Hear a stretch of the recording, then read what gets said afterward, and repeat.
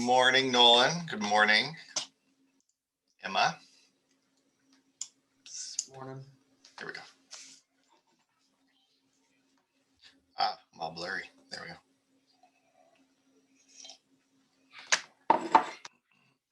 Hmm. Oh man, sorry. I'm so sorry.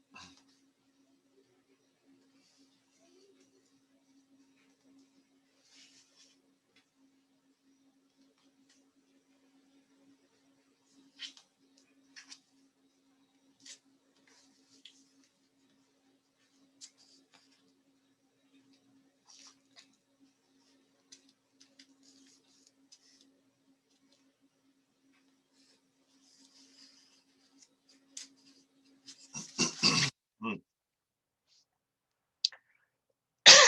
Oh, pardon me. So, what's new with you guys? What kinds of shenanigans are you up to in this week 13 of the semester? Anything new or exciting?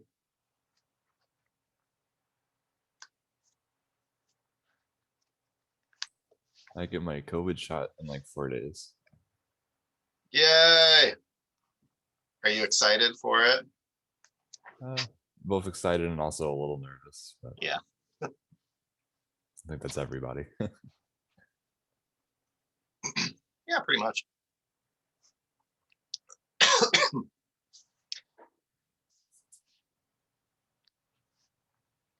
Yeah, I saw they. I guess it's going to have to be either the Moderna or Pfizer one then, since they've suspended Johnson and Johnson for a few days. Right. I think mine was Moderna. That's what yeah, that's the one I got. Supposedly it has the worst side effects. Oh. I know, but it affects everybody differently. Like it doesn't, like there's really just no consistency across these things. So Right. you're just rolling the dice and, see what happens. Just because I felt like crap doesn't mean you will. But it's worth it. It's better than real COVID. So. Right.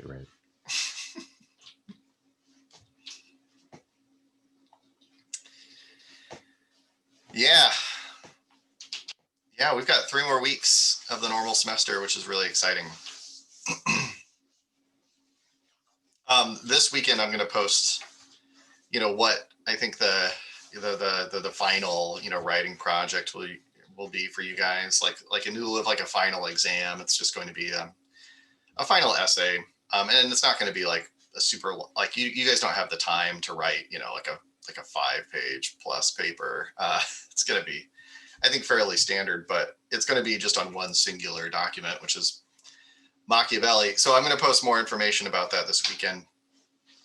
And that way you can adequately plan for the end of the semester. But we'll also talk about Machiavelli next week. I just want to, the writing assignment will be sort of like how you interact with the text and what it means for us in the present and things like that. So, well, I guess we better get started.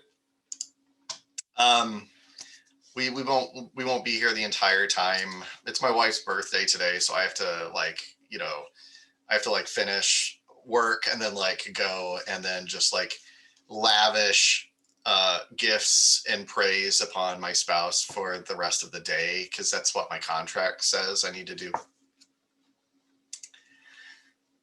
Um, so so you can't tell if I'm joking or not, that's the great thing. No, I'm not really joking. So there's just a couple documents today dealing with the Renaissance, and they're pretty cool. The first one is sort of nerdy. I don't know how else to put it. It's the nerdiest freaking thing I've ever read, and that's saying something. What else would be more nerdy than a Renaissance guy writing letters to his dead heroes from, antiquity? There's literally nothing more like this guy is just simping for Renaissance or ancient writers, and it's just the weirdest freaking thing. But we're going to talk about it. And then we'll talk about probably my favorite document, one of my favorite documents in all of teaching Western Civ 1, which is Mirandola. So let's get to it, and then we can adjourn for the day. So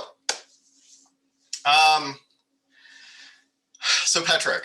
Petrarch is one of those guys that, we didn't really talk a lot about him. We mentioned him a little bit on Tuesday. And like he's mentioned in your book, your textbook, Petrarch is one of those guys who didn't necessarily contribute like a lot of really good stuff originally from his own writing. Like he wrote poems that were very heartfelt and emotional, and that itself is pretty inspiring. It's especially inspiring to later people like William Shakespeare, who bases a lot of his sonnets off of the love poems of Petrarch. So that's cool. Petrarch didn't necessarily make a huge splash during his day with his own writings, but what he does do is he helps revive a lot of ancient and classical writings that were just lost to the West for a really long time. People in the Muslim world, the caliphates, were talking about Cicero and Homer all the time, because a lot of those works, for weird reasons, survived and were in more conversations in the Islamic world during their golden age. They were also very hip and in fashion in the Byzantine world. But in the medieval West, it's like, Homer? What? Who's that? Which is shocking, because he's part of like the main Western civilization literary tradition. And it's same thing with Cicero and same thing with these other guys. So Petrarch helps kind of bring back, in a very literal way, the writings of Cicero by translating them from Latin to Italian, or Homer translating from ancient Greece to Italian, right? So he's really important. Petrarch's a really important guy for a few different reasons. Okay, so this is like the nerdiest freaking thing I've ever read my whole life, where Petrarch is writing letters to these old dead white guys from antiquity. I mean, this is my first question is kind of condescending. I don't even know why I wrote this, but obviously these guys are long dead. They're from hundreds or perhaps thousands of years ago. Why though? Why? Let me just ask you, like, why is Petrarch writing to these? They can't hear him, obviously. Why is he doing this? Why is he writing basically these letters of admiration or critique, in the case of Cicero, to these titans of antiquity, as though they can hear him and respond? What's the point of this exercise, do you think? Let's just start with that. I feel like it's something I would do, actually. Where, you look up to somebody and you respect them and you want to talk to them and tell them how much they mean to you, and you also kind of want to go, why did you do this? Like, yeah. Yeah, none of us have ever, like, a lot of us have thought, like, oh man, I wish I could talk to my hero. I wish I could, like, tell them this, or how much they mean to me and how much they inspired me. Like, that's a perfectly natural feeling. Anna, you're not weird, Anna. I don't want to reinforce this idea, but but it sounds like something like people like us would do, but maybe in a different way. Maybe we would like tweet at someone, instead of write this long letter. But he's writing these letters to these three guys, and this is just like three examples of this. What does this maybe tell us about Petrarch himself? Or what does it maybe tell us about the broader Renaissance of this interaction between like the present and the Renaissance and ancient antiquity? What does it maybe tell us about the period or this guy?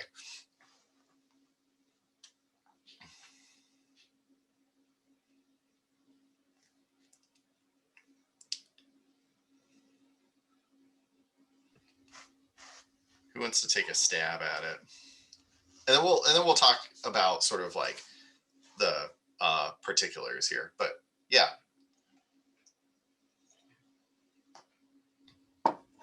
I don't know. It kind of like demonstrates how they wanted to bring about like a new classical era, and how he just like admired these people so much that he wanted to like connect himself with them, kind of.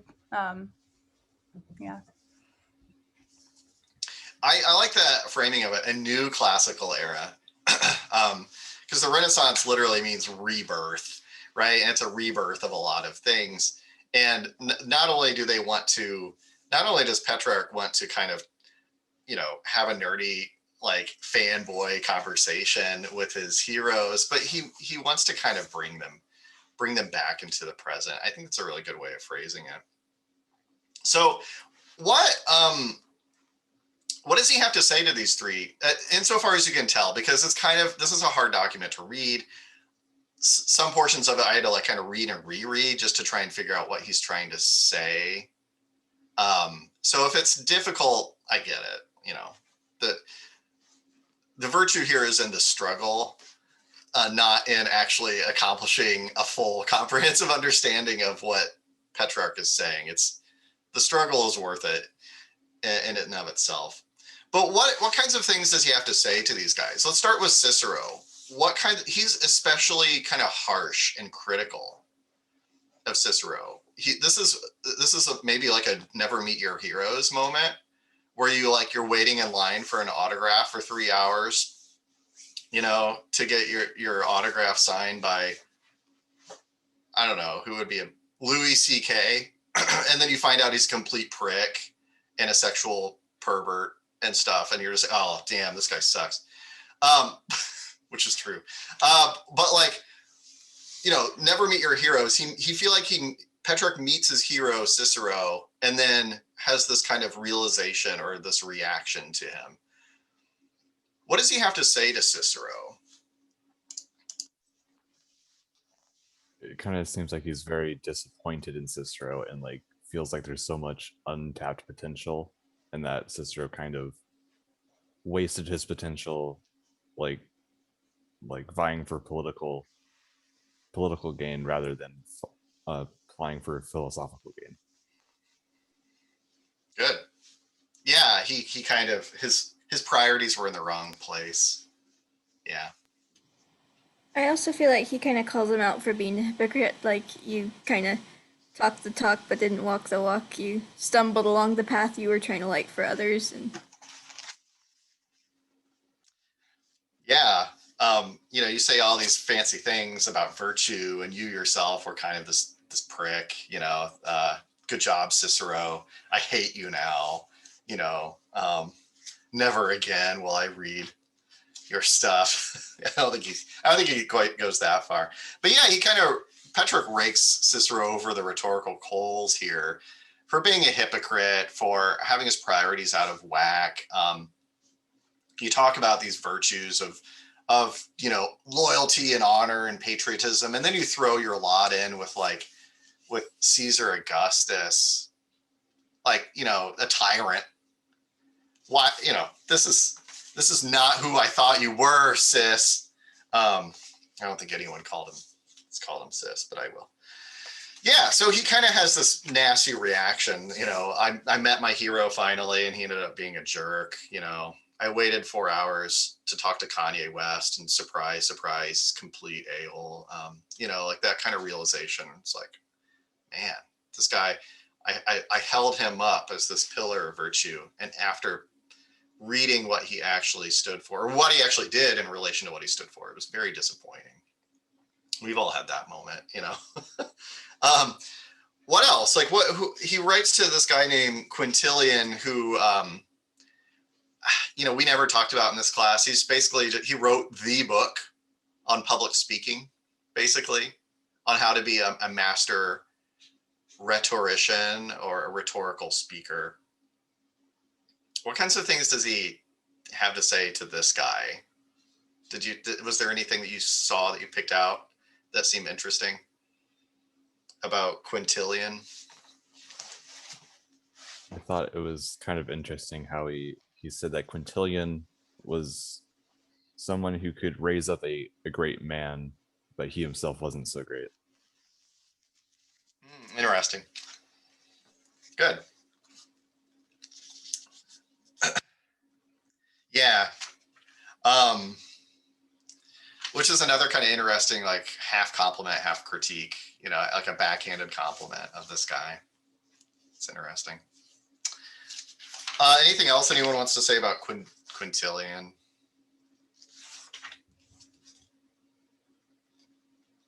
He takes the opportunity once again to compare him to Cicero, and we're like, "Oh, dude, you're so much better. You're so much cooler than Cicero."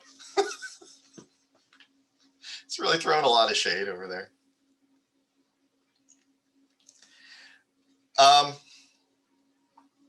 And then finally, Homer. He writes perhaps the longest part. He writes to Homer. What kinds of things does Petrarch have to say to Homer? He kind of pours his heart out here.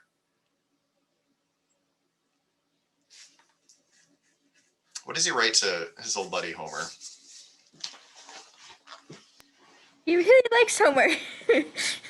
Kind of thinks he's the guy to look up to, and everybody copied him, and yeah. Yeah, Homer's the real deal, man. Quintilian, he's kind of, he's fine. Cicero, it's complete garbage. But Homer, that's where it's at, man. Yeah, so he holds up Homer as kind of the true pinnacle of like classical wisdom and talent, I suppose. He was the real McCoy. What specifically does he tell Homer? He really pours his heart out here. What specifically does he have to say to him, or or maybe say to other people through his writing to Homer? He kind of calls upon his Renaissance peers to do stuff. What's he saying here? It just seems he calls out his peers for there not to. There's not as many scholars in his time as he would like there to be. Yeah. Second column, page 396. First full paragraph on 396 on the right-hand side. Are you by chance unaware of how few scholars there have been at any time, even in our own country? Unless I'm mistaken, the same friend of ours is at the time the only scholar of anything in Greece. My late teacher was a second, and then he kind of goes on to say, no one knows about you, man. No one's talking about the awesome things that Homer wrote. And Homer, by the way, not only wrote the Iliad and the Odyssey, those things are attributed to him, but also a bunch of speeches, hymns, songs for religious rituals, plays and stuff like that. He did everything. Homer, insofar as we know anything about Homer, a lot of stuff was attributed to him beyond just the epic poems of the Iliad and Odyssey. And it's no one is talking about this stuff. Homer was awesome. He produced all these things and they're really great. And he's no one in the supposed center of civilization, 1,000 years after the fall of the Roman Empire, we seem to have lost everything that Homer ever wrote, and we had to import these texts from the Byzantines to translate. It's like, so yeah. So how does he feel about this? Like, what's the emotion that Petrarch is trying to talk about here in relation to Homer? Like, what ultimately is Petrarch trying to get at through this kind of sad letter to himself?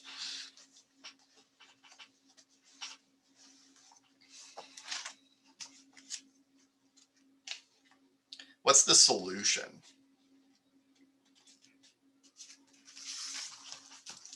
to this problem?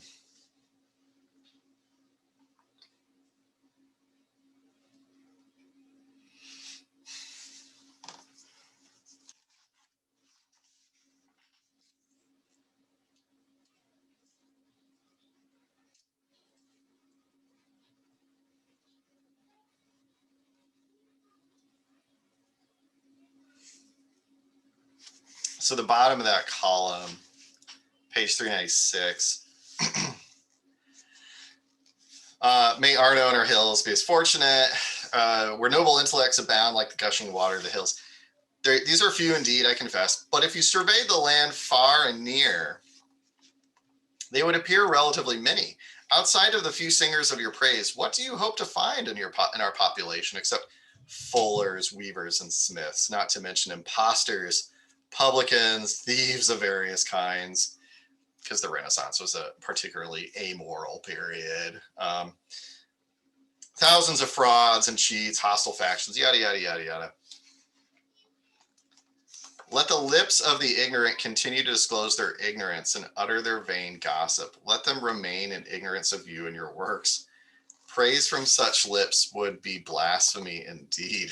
Does he actually want people to know about Homer? Like, are these people worthy to read, such heroes as Homer and Quintilian and presumably other guys? No, like these are, the rubes of the Renaissance are unworthy. And we need, what would be great is if we just preserve, like maybe it's better to keep Homer to ourselves, like only to teach him among the most elite, the most virtuous, educated people. It would be slanderous for everyone to suddenly know about the Iliad and the Odyssey and these other things, and to talk about them as though they know what they're talking about. Like, it would be criminal, which is kind of weird. That's a little unexpected, right? Like, you kind of expected Petrarch to be like, I'm going to sing the praises of Homer wherever I go, and I'm going to hand out free tracts of the Odyssey. And he's like, no, like, actually there's this kind of classist elitism in the Renaissance that like only the very worthy, including Petrarch himself, presumably, should be reading about these guys and preserving their virtuous characters. There's a hint of elitism here that is actually kind of key to the Renaissance. And I want us to just keep that in mind as we talk about Machiavelli next week, as we talk about really Mirandola here in just a second. There's the educated elite, and then there's everybody else. And it's always really been that way in the West, but this rebirth, this Renaissance, is kind of a desire to bring back kind of like an untouchable strata of society that knows everything and is in charge. And then there's everyone else who are just pawns in the game of life. That's a very Renaissance thing. And in fact, it might tell us a little bit about how politics goes in the West up until the present day as well. Okay, so let's shift gears then to Mirandola. This is the, I can't remember if there's no copy of him in your book, or if I just didn't like that translation. I actually don't like a lot of the translations of these things in the Perspectives from the Past book. I'm looking at maybe for next year, getting a different book or just finding like copyright free translations on the interwebs and just like doing it myself, because it's just sometimes these texts are god awful.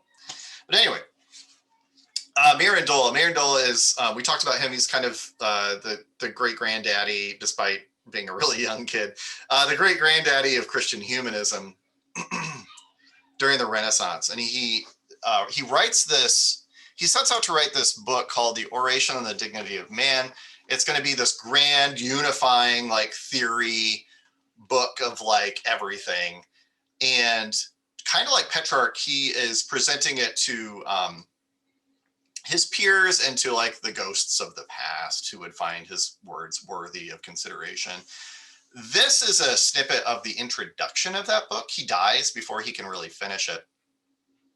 But he writes the introduction, and the intro really tells us a lot about the mindset of the Renaissance and some other cool stuff as well. So he talks about kind of the creation of the ordering of the universe and all this stuff. And for a long time, it was perceived that, you know, human beings were kind of the grossest, the worst creation that God had deigned upon the earth, because we're super selfish. We don't get along with each other very well. We fight wars all the time. We pillage the planet of its resources. You know, we're sinful and fallen, and human beings are just gross. So he starts out kind of, you know, talking about, sort of alluding to at least this kind of old Dark Ages way of looking at humanity.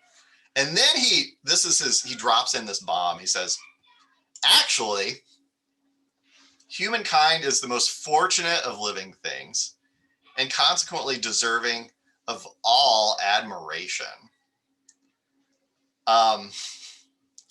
Why? Why does he kind of drop this bomb in here and says, actually, 180, humans are worthy of all admiration. We're actually amazing. Why does he take this kind of perspective?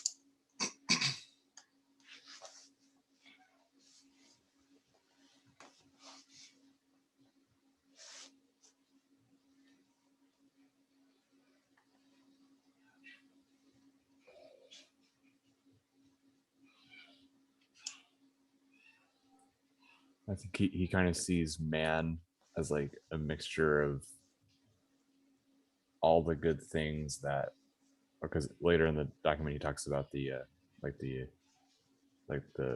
story of when God made the earth and made all the creatures and the land and everything. And I think he sees humans as a mixture of all the good things from every other thing that has been created. Yeah. We occupy this kind of divine middle. So to kind of follow on that, to touch up on that a little bit. So this is the third paragraph. You know, I feel I've come to the understanding why man is the most fortunate of all living things, consequently deserving of all admiration, of what may be the condition of the hierarchy of beings assigned to him, which draws upon him the envy, not of the brutes alone, meaning like the lower rungs. You know, if animals were capable of conscious thought, they would look at humans with envy. If stones and trees were capable, you know, they would be envious of humans. But this is the other thing too. But of the astral beings and the very intelligences which dwell beyond the confines of the world. Not only do like the mindless, you know, brutes, the animals, you know, the trees and stones make their envy of humans, but also the angels do too. This is what he's talking about, the intelligence beyond, you know, the realm of our understanding. Mankind, or humankind, to not gender this, humankind is worthy of envy of the angels as well.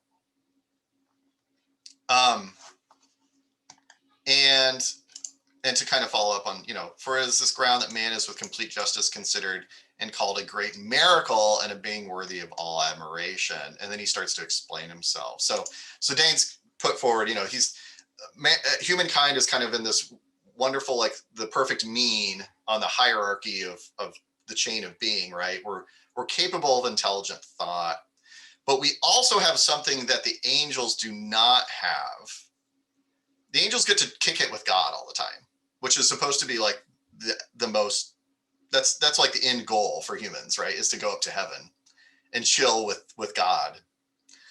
That's supposed to be the goal. But in the meantime, human beings on this earth have something the angels do not, and that's worthy of envy of them.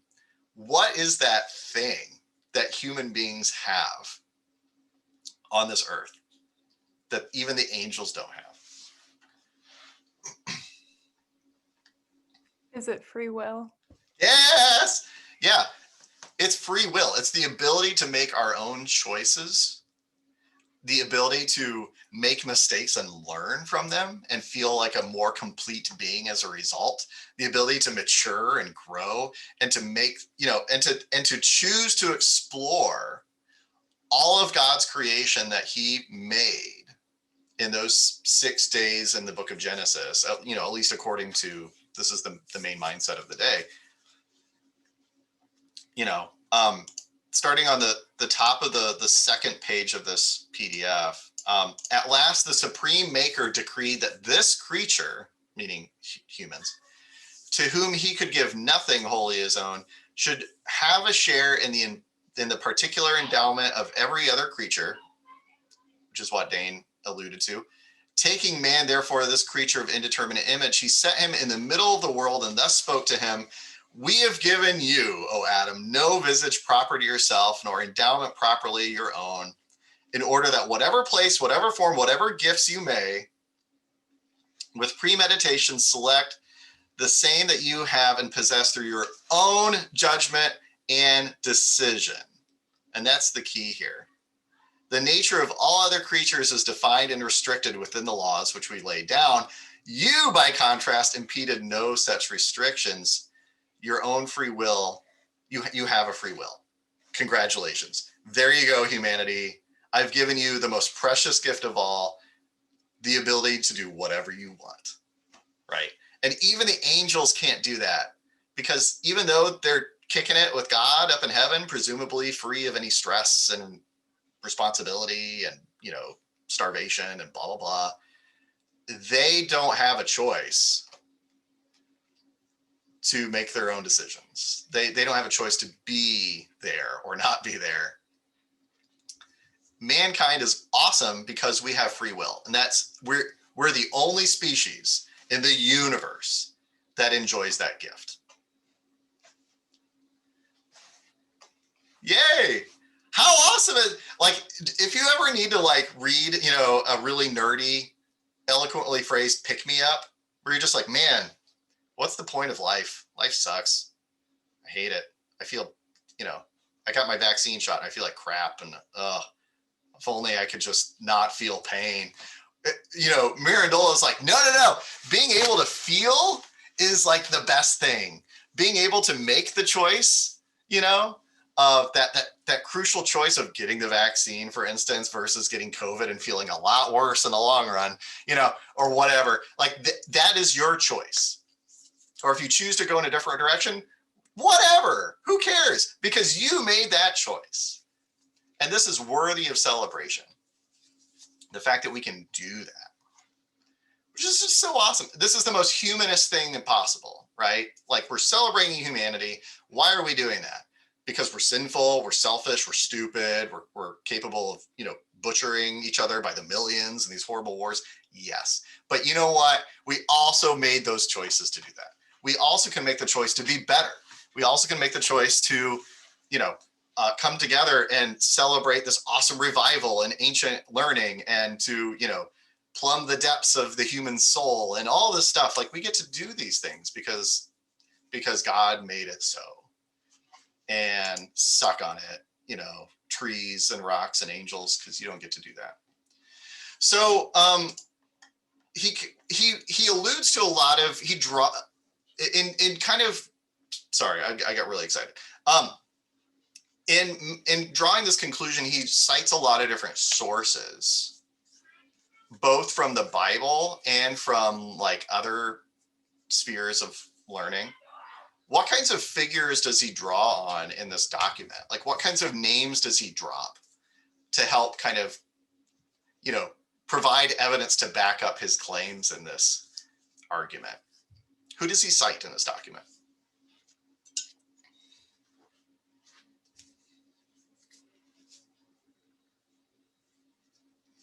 What kind of names do you see dropped here? Even if you don't recognize some of them, that's fine. So it's Moses and Timaeus. Yeah, on the first page. Moses, we all know who that is, or, he's the Old Testament, kind of one of the heroes of the Old Testament.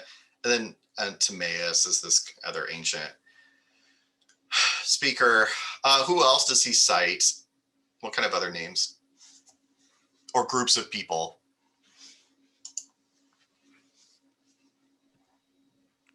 Other biblical writers, Paul, Jacob, Job. Yeah, these guys are all name checked here. He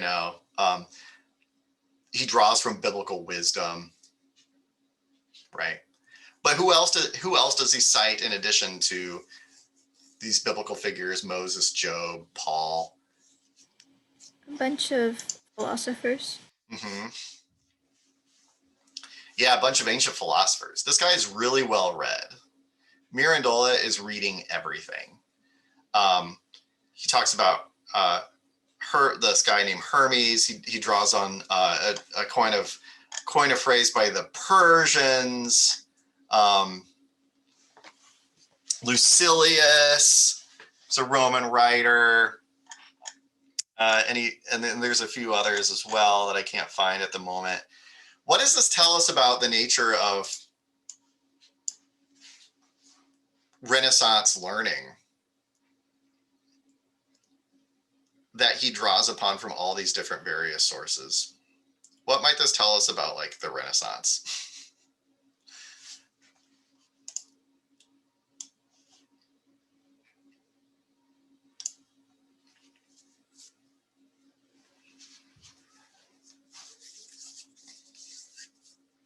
Why doesn't he just cite the Bible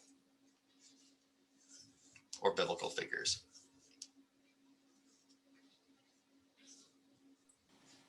I think there was an increased openness to all sorts of people and documents, and a desire to kind of consider all perspectives and not just one.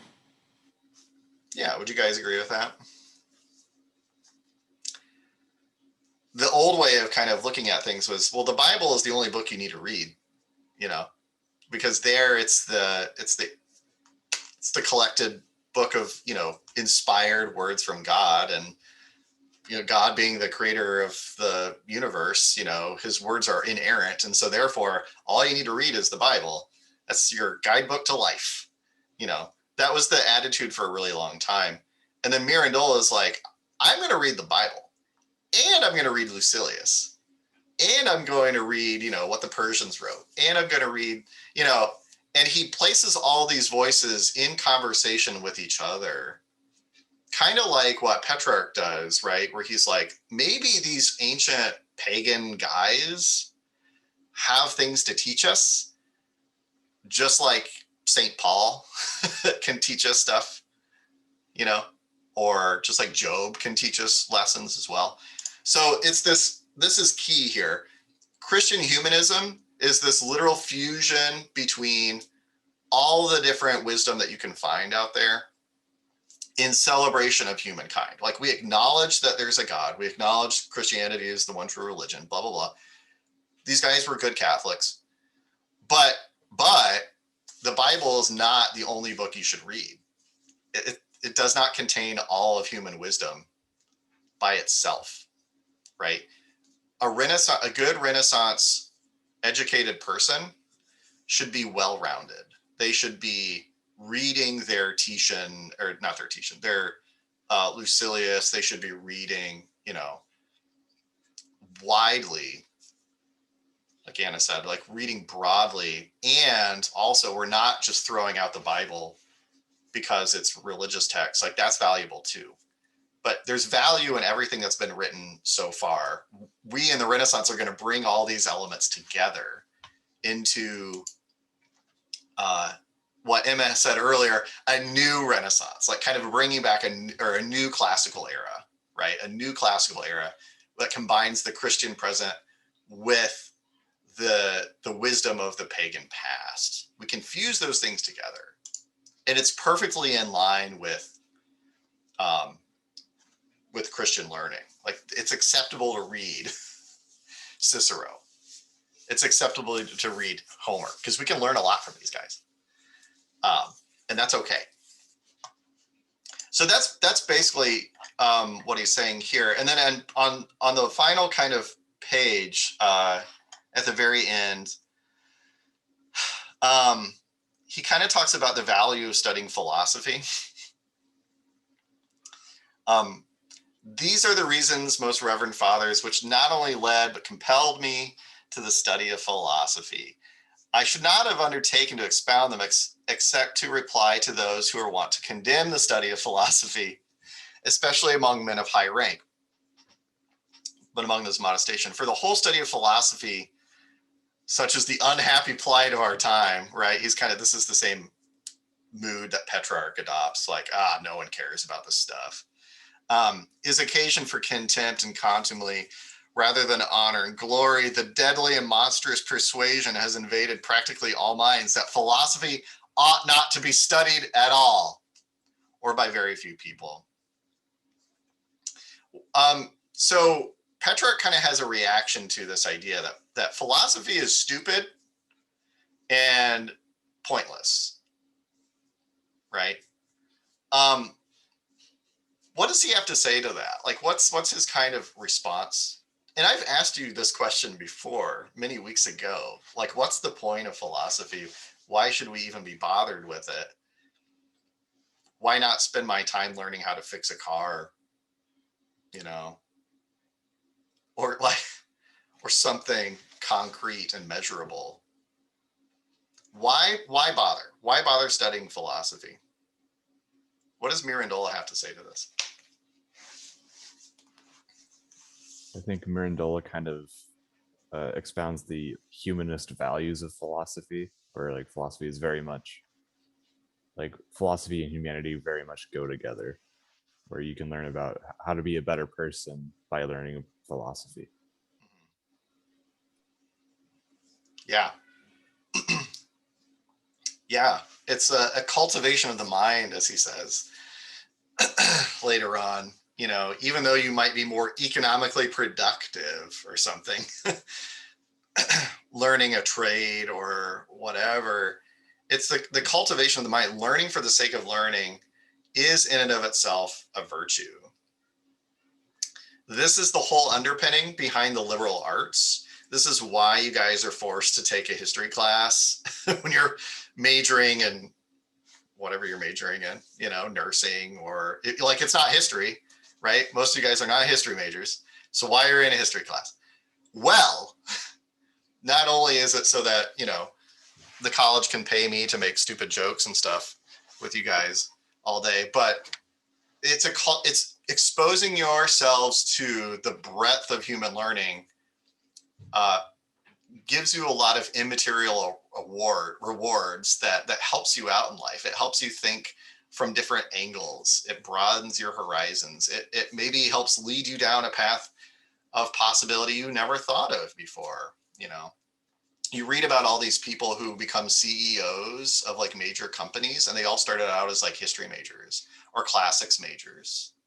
You know, the president right now, Joe Biden, was a history major, and I'm so proud of that. Like, you know, think whatever you want about Joe Biden. I don't really care. But the fact that he was able to translate the things that he learned from history class into politics and use that to climb the ladder up to the Senate, or Jamie Dimon, the CEO of JP Morgan Chase, the most powerful financiers in the world, studied liberal arts in college. And yeah, he could have spent that time getting an accounting degree or a business degree, but that would have limited him in his scope in how he thought about the world and how to what his role in it was, you know. And so like kind of one of the big advertisements for the liberal arts is Mirandola, is this kind of idea that when you study lots of things, you become a more complete person. And you can think in ways that other people can't, because you've trained your brain to think from multiple perspectives and consider lots of different ideas. And we've baked that into our educational system in the Renaissance all the way up to the present. Like it's still like the liberal arts is still part of the college curriculum. And it's this idea of making better people, not just training you in your career. It's not just like a college degree is not just a vocational degree, but it's a way of teaching you to become better people. Not that studying history makes you a better person, but you can learn to think for yourselves and therefore become a better person, right? So, yeah, this is kind of it. This is it. And Mirandola also throws in this whole thing too. It's like learning for the sake of learning is actually a very pious thing, because you're exploring the breadth of God's creation, you know. And that's another added benefit too, is if you want to be a good Christian, go to college or not only read your St. Paul and Job, but read Cicero, read Homer, read Lucretia, and read all these guys, because it helps give you insight into how beautiful God's creation is, you know. So you can take that or leave that. I don't care what you do with that, but that's Mirandola. And that helps explain why you're taking a history class when you may not want to. Okay. Any questions on any of these guys before we go? Does all this make sense? Okay. And you now are better people for having read Mirandola and Petrarch. Even though it's kind of nerdy and like self-serving, like it really does give you a window into lots of different things and a new way of learning, and hopefully a new way of appreciating your college education as you're forced to take all these different classes that you may not care about. It's an investment in you as a person in the long run. Okay. All right, guys. Well, thank you. I need to go pamper my wife now. I'll see you guys on the Flippity Flip next Tuesday. We'll be talking about the politics of the Renaissance and how cutthroat they were. And it gets pretty groovy. So I'll see you then. Have a good weekend. Bye.